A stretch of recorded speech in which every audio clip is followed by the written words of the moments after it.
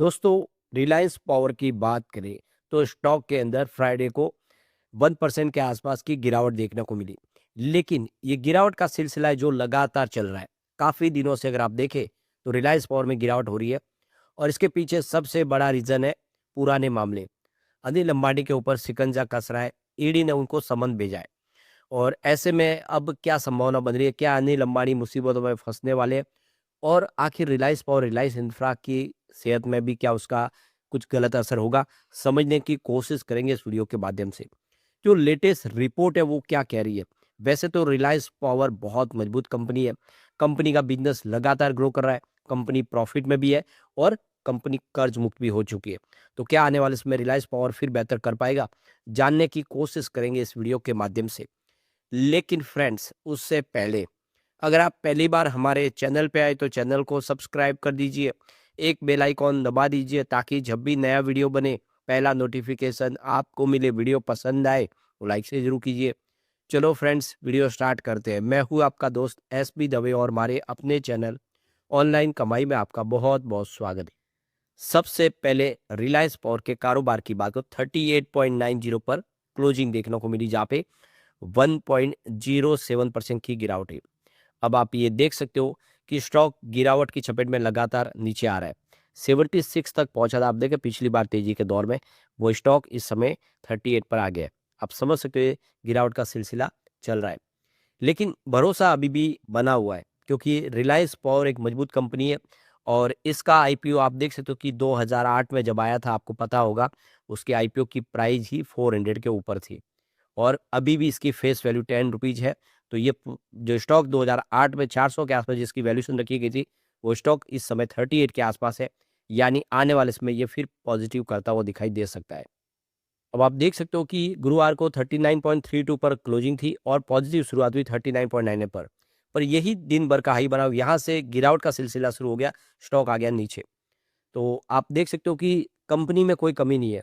अब इस बार Q2 भी बहुत ही अच्छा बताया कंपनी ने, लेकिन प्रॉब्लम है अनिल अंबानी के पुराने मामले की, जिसकी वजह से इसका नेगेटिव असर कंपनी पे देखने को मिल रहा है। अब रिलायंस इंफ्रा की बात हो, 165 पर क्लोजिंग देखने को मिली, जहाँ पे 3.24% की काफ़ी बड़ी गिरावट देखने को मिली। अब रिलायंस इंफ्रा एक समय शेयर की प्राइस जिसकी 2000 के ऊपर हुआ करती थी, वो स्टॉक 165 के आसपास है और कंपनी का बिज़नेस तो बहुत अच्छा है, लेकिन पुरानी सारी की सारी प्रॉब्लम ने यहाँ पे भी ज़बरदस्त नुकसान पहुँचा है। पिछली बार तेज़ी के दौर में स्टॉक काफ़ी ज़्यादा दौड़ चुका था। 300 के ऊपर पहुँचा हुआ स्टॉक इस समय 165 के आसपास है। आप समझ सकते हो काफ़ी सारा नुकसान हो रहा है। अब इस मामले को लेकर रिलायंस पावर और रिलायंस इंफ्रा की तरफ से क्लेरिफिकेशन भी आया है। उनका कहना है कि जो आरकॉम का मामला है, वह बहुत पुराना मामला है और 6 साल से ऑलरेडी इंसॉल्वेंसी रिज़ॉल्यूशन प्रोसेस चल रहा है। यानी एनसीएलटी के तहत इसके ऊपर कार्रवाई चल रही है। और यहाँ पे देख सकते हो कि इस पूरे मामले में फिलहाल जो है नेशनल कंपनी लॉ ट्रिब्यूनल ने जो आदेश दिया है, उसके तहत और सुप्रीम कोर्ट में ये पूरा मामला भी विचाराधीन है। तो कंपनी ने जोर देकर कहा है कि फिलहाल जो आरकॉम का पूरा प्रबंधन है, वो स्टेट बैंक ऑफ इंडिया के नेतृत्व में बनने वाली लेनदारों की समिति सीओसी के पास है। वही सब इसके फैसले कर रहे हैं।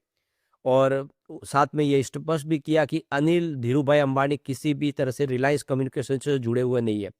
उन्होंने 6 साल पहले 2019 में ही देख सकते हो कि 2019 में इस्तीफा दे दिया था रिलायंस कम्युनिकेशन से। इसके अलावा पिछले साढ़े 3 साल से रिलायंस इंफ्रा और रिलायंस पावर के बोर्ड में भी वो शामिल नहीं है। तो यहाँ पे कहने का मतलब है कि इस समय जो कंपनी का कहना है कि रिलायंस पावर या रिलायंस इंफ्रा से अनिल अंबानी का कोई लेना-देना नहीं है, उनका कोई डायरेक्ट इन्वॉल्वमेंट नहीं है।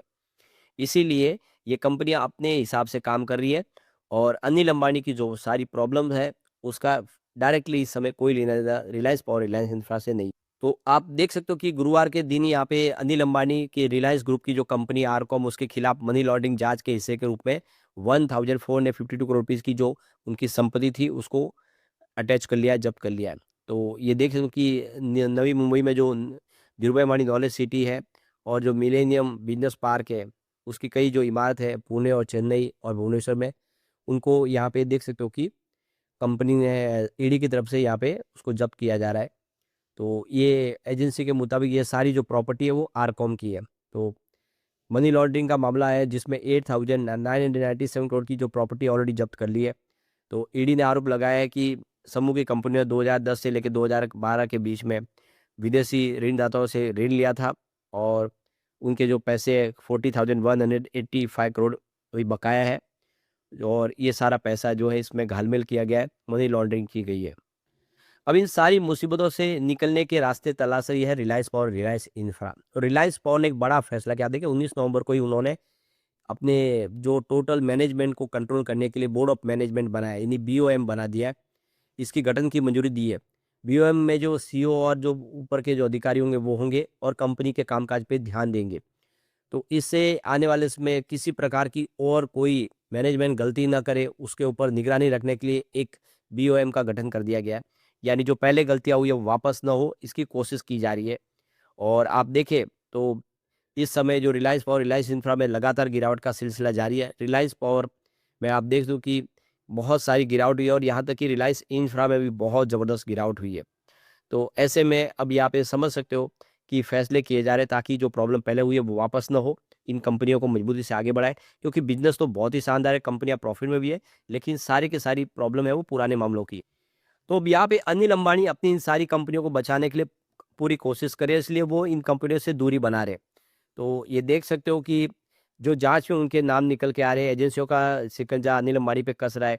ऐसे में आप देखो कि वो डूबते साम्राज्य को बचाने की आखिरी कोशिश कर रहे हैं, ताकि इन कंपनियों से वो दूर रहे, उनका नाम इनके साथ न जुड़े, ताकि ये कंपनी आने वाले समय भी व्यवस्थित तरीके से काम करती रहे।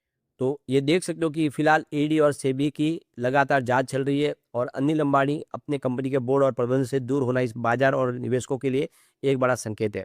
तो आखिर पर्दे के पीछे पूरा मामला क्या चल रहा है उसको समझना चाहिए और आम निवेशकों का उसका क्या असर पड़ सकता है वो भी हमें ज तो ये देखो कि हाल में ईडी ने अनिल अंबानी को पूछताछ के लिए बुलाया है। तो ये खबर आग की तरह फैल गई। मामला मनी लॉन्ड्रिंग और फेमा के तहत विदेशी मुद्रा नियमों के उल्लंघन का है। अगस्त में पेश होने के बाद जब नवंबर में उन्हें दोबारा बुलाया गया तो अंबानी ने खराब स्वास्थ्य और अन्य कारणों का हवाला देते हुए वीडियो कॉन्फ्रेंसिंग के माध्यम से पेश होने की उन्होंने गुहार लगाई। उन्होंने डायरेक्ट यहाँ पे पेश होने से इनकार किया। तो मैनेजमेंट का ये कहना है कि अनिल अंबानी कंपनी के किसी प्रबंध से जुड़े हुए नहीं है, वो बोर्ड के मेंबर नहीं है। ये एक सोची समझी रणनीति का हिस्सा लगता है। 2022 में सेबी ने उन कंपनियों के बोर्ड से हटने का आदेश दिया था, तब वह मजबूरी थी। लेकिन आज ईडी की छापेमारी और पूछताछ का दौर चल रहा है, तो ईडी तो ग्रुप ये साबित करने की कोशिश कर रहा है कि कंपनी और अनिल अंबानी दोनों अलग-अलग ध्रुव है।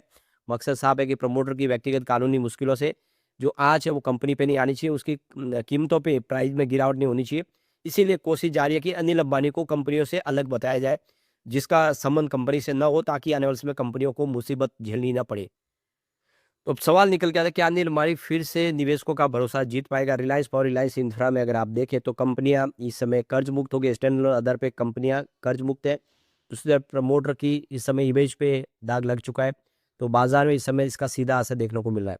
इस साल रिलायंस इंफ्रा के शेयर में 44% की भारी गिरावट हुई है, जबकि रिलायंस पावर में भी 10% की गिरावट हुई है। अब आने वाले समय क्या फैसले होते हैं, जो रेगुलेटरी अप्रूवल आने आने आने वाले समय जो इनके जो प्रोजेक्ट है उसको मिलते समय पे ये देखना होगा, क्योंकि टेंडर तो मिल रहे हैं, क्या वो टेंडर पूरे समय पे पूरे होंगे? ये सब बातें मायने रखती है इस समय। सवाल ये भी है कि यहाँ पे ईडी, सीबीआई और सेबी के चक्रव्यूह से निकल के अनिल अंबानी फिर वापसी कर पाएँगे? 2008 में रिलायंस का आईपीओ आया था, भारत का सबसे बड़ा आईपीओ था और 70 गुना सब्सक्राइब हुआ था। आज वो भरोसा नहीं बचा है। हालाँकि कुछ कंपनियाँ अभी भी तकनीकी रूप से ज़िंदा है, रिकवरी की उम्मीद की जा रही है। तो आने वाले समय आप देखिए कुछ मामला फिर पटरी पे आएगा और फिर आने वाले समय फिर से रिलायंस पावर, रिलायंस इंफ्रा बेहतर कर पाएँगे, ऐसी उम्मीद दिखाई दे रही है। लेकिन फ्रेंड्स, कोई भी इन्वेस्टमेंट करने से पहले अपने फाइनेंशियल एडवाइज़र से एडवाइस ले लें या अपना खुद का रिसर्च करें, क्योंकि मैंने वीडियो आपके एजुकेशनल पर्पज़ के लिए ही बनाया। वीडियो पसंद आए तो लाइक से ज़रूर कीजिए और चैनल को सब्सक्राइब कर दीजिए। Thank you friends.